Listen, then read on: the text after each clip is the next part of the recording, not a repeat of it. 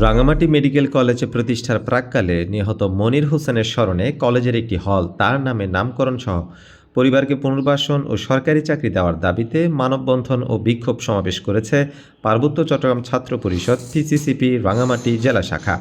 রবিবার Rangamati medical college গেটের সামনে আয়োজিত কর্মসূচিতে সভাপতিত্ব করেন পিসিসিপি রাঙামাটি জেলার সভাপতি তাজুল ইসলাম তাজ।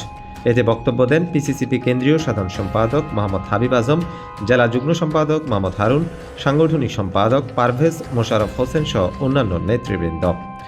বক্তারা এই সময় বলেন, মেডিকেল কলেজ প্রতিষ্ঠার সময় জেএসএস-এর ছাত্র সংগঠন পাহাড়ি ছাত্র পরিষদের সন্ত্রাসী হামলায় মনির হোসেন নিহত হন।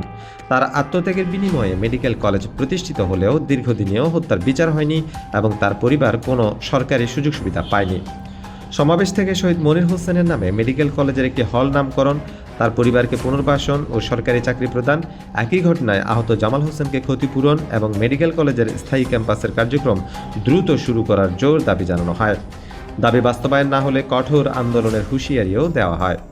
ডেস্ক রিপোর্ট, সি বার্তা।